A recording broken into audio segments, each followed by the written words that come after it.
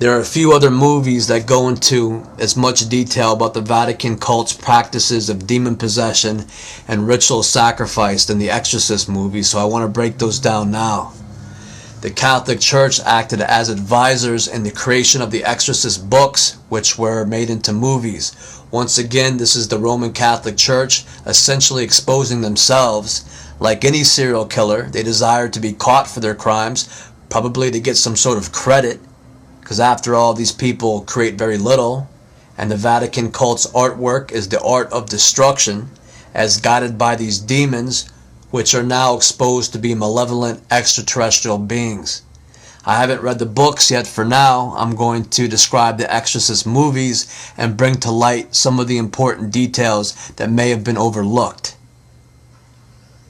In The Exorcist Part 1, it starts off with a Roman Catholic priest in the Middle East or Africa, and he is on an archaeological dig where they unearth a giant ancient demon statue. As some dogs go crazy and begin to tear each other up, the scene fades out on the Catholic priest looking reverently on at this demonic statue, which resembles an extraterrestrial being called a drac. To jump ahead, this is the same drac which eventually shows itself as the thing who has possessed a little girl named Regan. So what the movie is showing is that this drac was transferred from the Middle East to a little girl by a priest which acts as an intermediary. First, the priest digs a drac demon out of the ground. Then he's performing a ritual on a little girl where this drac has possessed her. In the film, the little girl's mother is a wealthy actress who lives in Georgetown, which is a huge Catholic city. For those of you who are familiar with my reports, you will already know that all famous or influential people undergo a form of mind control by the Vatican CIA establishment. This is a way to control wealthy and influential people. So the most famous actors, for example, won't decide to get in front of a large audience and begin to mouth off about the corrupt establishment. The Vatican CIA wants their most famous and wealthy people to smile for the cameras and act like everything is just perfect with the establishment. Then they're awarded fame and money and a spot in the public eye. So the first stage of this programming is to hit the target with electromagnetic energy oscillators, and these are devices that change the person's natural energy frequency and put them into a state where they're easier to manipulate by handlers who are always military or Vatican agents. Together, the Vatican-controlled military establishment form a cult of control where they manipulate their society frontmen who are politicians, actors, media personalities, and corporate executives. What also happens due to this programming is the big dirty secret, which is demonic possession. These electromagnetic energy oscillators are sourced from alien technology that the Vatican and different militaries have discovered throughout history. This is the source of the cult's power over others, alien technology. And in return, ultimately, the Vatican military cult are all under the influence of the aliens. So like many celebrities' children that you don't hear too much about, being around the electromagnetic energy oscillators have caused them all sorts of problems. They develop mental and emotional problems, drug problems, all sorts of problems, but it's all kept very quiet by the establishment because the worst of the worst don't care about people, and they have become addicted to the power the cult offers. So the little girl in the Exorcist film first complains about her bed shaking. Now this is a description that many victims of this electromagnetic energy oscillators have given. My own stepmother stated that she'd wake up with a sensation of shaking or vibrating. In The Exorcist, they show the little girl's bed shaking, which is not accurate, because the energy oscillators produce the effect of your body vibrating while being subject to these energy fields. The bed is not shaking or vibrating, it's actually the person being hit with the energy who experiences this sensation. However, they attribute it to an outside source, not knowing about the electromagnetic energy oscillators. The Vatican CIA usually does this at night because people are asleep and less likely to leave the house, so it's easiest to hit them with the energy oscillators all night long when they are sleeping to program them. So most likely in The Exorcist, the Vatican CIA was hitting the mom who played an actress in the film. So she was involved with a big movie about a vocal leader of some sort. So obviously she was in the public eye, she was the star of a big movie. So she had to undergo this programming.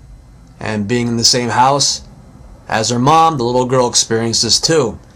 And like most normal people, the little girl reacted very poorly to these terrible energy weapons, which actually lowers the human's natural harmonic frequency to a level of base primal energy.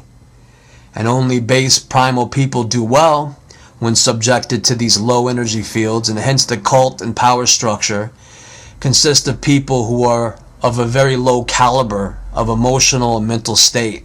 The good guys often get tortured to death or insanity, while the very stupid and self-centered do the best. And like any cult, the cult likes these type of people best, because stupid and self-centered people are the easiest to control. So the little girl begins to act in disturbed ways to signal to others that something is not right, and she is brought to the local hospital, which conveniently refers her mother to the Vatican. And this is a redundant theme in the Exorcist movies as well as in real life, which is the Vatican's control over hospitals, the police, the military, and the establishment.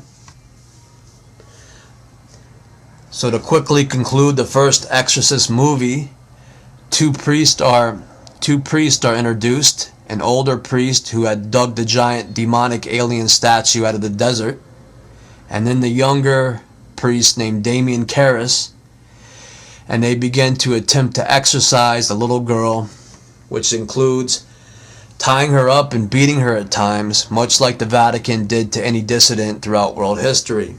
And in the end, the little girl is sobbing, and Damien Karras has become so possessed that he throws himself out of the window so he will not kill this little girl. So he is probably the best Vatican priest in the history of the Catholic Church, because we all know, for example, how Emily Rose did against the Vatican exorcist. Emily Rose was killed by the Catholic Church, and this is a common practice of this demonic cult. In The Exorcist Part 2, Regan, who was the little girl, is now grown up at about 18 years of age. And she is still having some issues because she goes to a neurology clinic. So at some point a priest enters the clinic, whereupon it is shown that Regan is still possessed by the demon she had as a child. So the Vatican never got the demon out, is the bottom line here. And another failed exorcism is attempted at this clinic. At the end of the film, after her experience with possessions, Regan has now acquired the gift of dispelling demons and becomes more of an exorcist than any Catholic priest. Therefore, The Exorcist Part 2 is conveniently subtitled The Heretic, most obviously by Catholic influences. In The Exorcist Part 3, the first scene is something evil coming out of a Catholic church and walking down the Georgetown streets, running into a young black boy a couple of times during this walk. The young black boy offers the killer a rose, and then he is drugged, tortured, and killed in a horrible ritualistic way. A side note is that this young boy wears a shirt that says Police Boys Club. As the movie goes on, more people are killed in gruesome, ritualistic ways. However, the Catholic influence in this movie becomes apparent as two Catholic priests are also killed. This is most fictitious, since the cult usually kills people outside the cult and not their own. Yet the important clue that should be acknowledged is that in The Exorcist Part 3, they begin to portray that it is a number of people assisting and doing the killings. In other words, it's a cult. Next, we pick up with Father Damien Karras, who was last seen hurling himself out of a window in Exorcist Part 1. Now he is locked up in a secret prison inside the Georgetown General Hospital. So Damien Karras is extremely possessed and is locked in this secret prison inside a hospital. When interviewed by the detective who is investigating the string of cult murders, the crazy doctor says that 15 years ago, the cops brought this unidentified man in, who is Damien Karras, having found him wandering around the canal, and he's been there, unidentified, ever since. Damien Karras, the unidentified priest there, is also being subjected to electroshock treatment, so much that he is chained to his bunk with an electroshock therapy machine in the background of his cell.